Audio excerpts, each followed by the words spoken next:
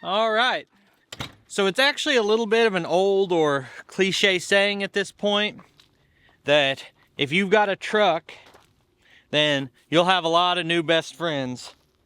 And you can kind of stretch that out to say if you have a truck, if you have a tractor, if you have a skid steer, if you have a trailer, you'll have a lot of new friends because people need to get things done. And today I'm gonna be that guy, and we're gonna have a little fun while we do it. First job is picking up a full-size truck for somebody. Hopefully my winch can handle that. Let's get started.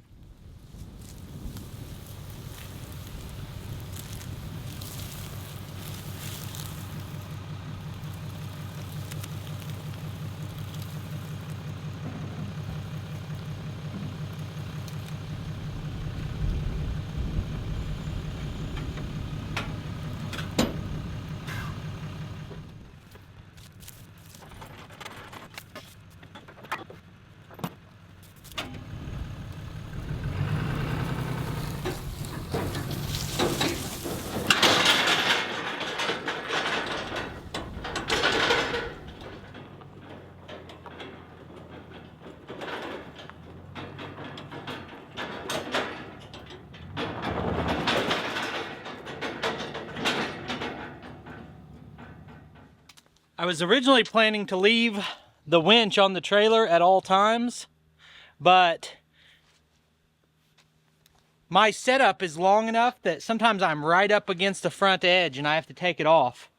So every time I have to set that up again and make sure it works. All right, so I'm gonna need the winch to pull the truck up onto the trailer, and this is the mounting bracket I use to put the winch on, but it has been sitting outside off the truck and the bolts are all rusty. So we're hitting it with a little bit of rust patrol here. Rust patrol. Hopefully it helps get these nuts off and then back on. So pairing up a pair of channel locks, even a big set, with an impact isn't the smartest idea, but we normally keep a socket in here that fits these, and none of the sets I can find are big enough. So we're gonna try it. Okay, that one popped right off. Seems like last time I had a hard time with these.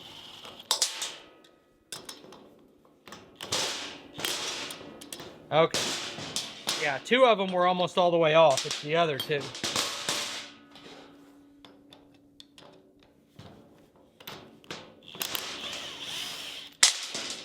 Well, maybe it's rust patrol. This is a company that sent me this product to test, and I did an initial test, and I'm setting up a bigger test, but I've been slacking on getting this video out, so. But letting it soak in that, maybe that made the difference.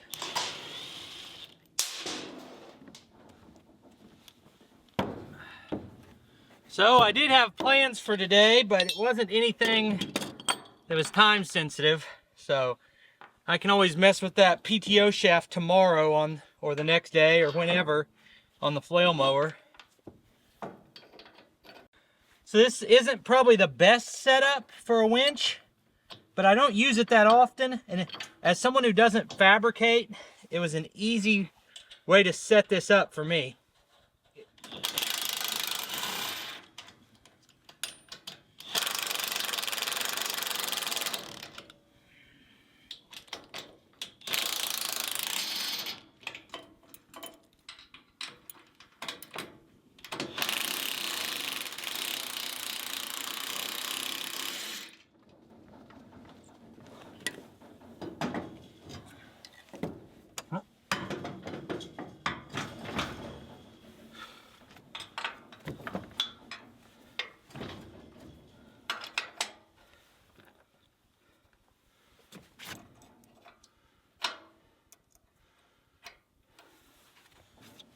So even though I take the winch on and off, I do leave the battery mounted on here with the solar charger.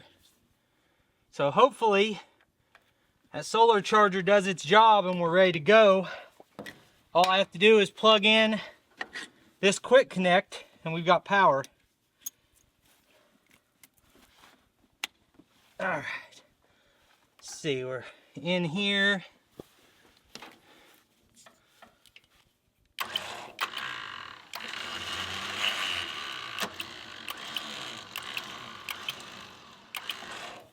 Okay, so we've got power up and working. I guess we'll go see if we can get a truck pulled up on here.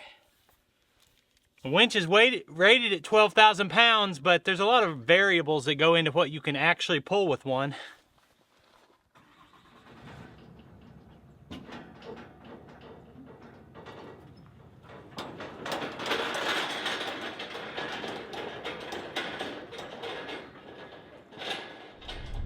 So earlier I mentioned that there's the old joke that as soon as you get a truck or a trailer or whatever it is, you're gonna have a lot of new friends because everyone needs you to move stuff.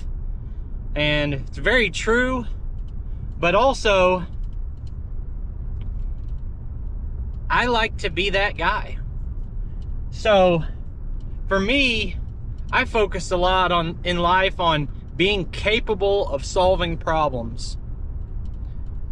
And that can manifest itself in a lot of different ways. That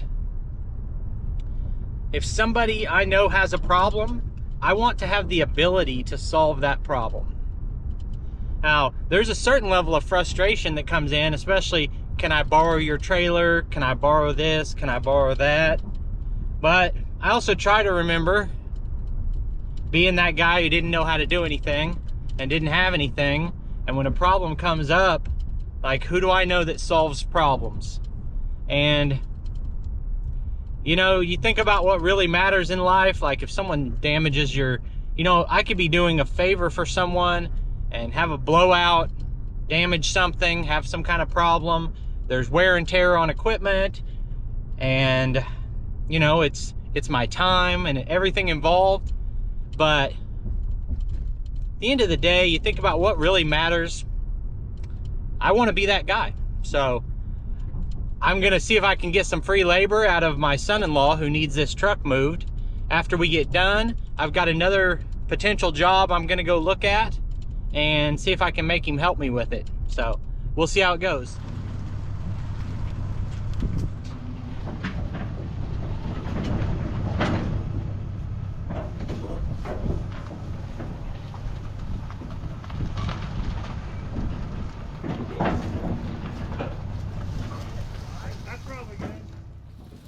So it calls it a 12,000 pound winch, and that truck probably weighs like 6,000 pounds, but I don't think those numbers really mean anything. It's kind of hard to pull on free spin, so I'm gonna run it backward and let him pull it. Okay.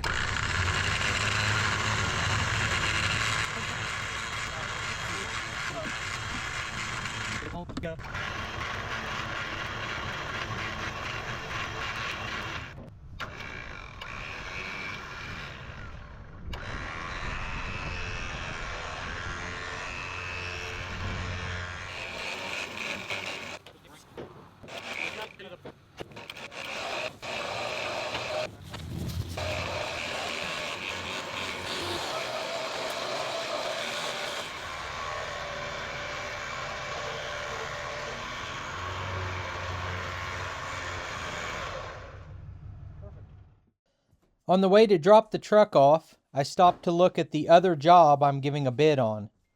And this was described to me as a small shed that needed moved about 100 feet. And I thought I would just drive up and pick it up with the skid loader and move it where it needed to go. But it's a lot bigger than they made it sound. It's a full 20 foot long. And I'm not sure if I can just pick it up like that.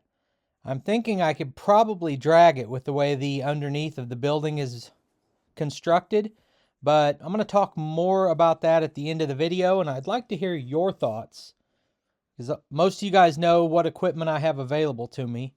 Do you think I can move this without tearing it up?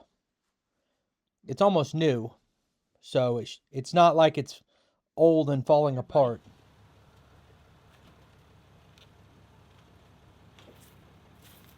Pretty easy. Oh, you just took the cable off? Yeah. Use the brake.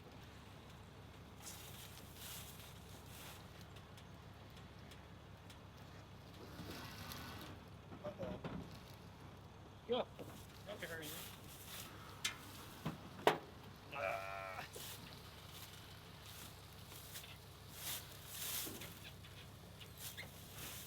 The tire's rubbing pretty hard on this side, but you're off.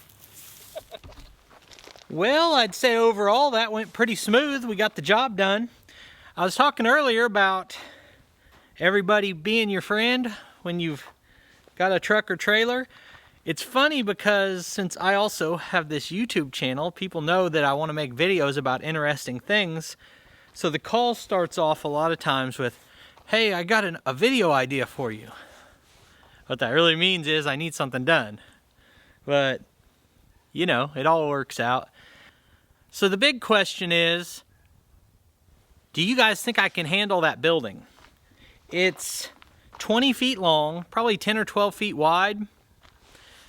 The shorter direction, the way that I'm saying might be 10 or 12 feet, you've got maybe 2x4 or 2x6 floor joist running this way on like your regular 16-inch centers. Then running the other direction, you have 4 beams that are like a 6x6 that could slide across something. And man, I was thinking, when they told me they had a storage building, I thought, well, I'll just, you know, skid loader's got a lot of lift capacity. So if this was like a 10x10 building, I feel like I could just, as long as the floor's solid, I could just go under it, pick it up and carry it. And I don't know what a 20x10 building weighs, but that leverage is so far out away from you, and it's so wide. And I don't know if I can get the forks to catch 2 of those cross braces.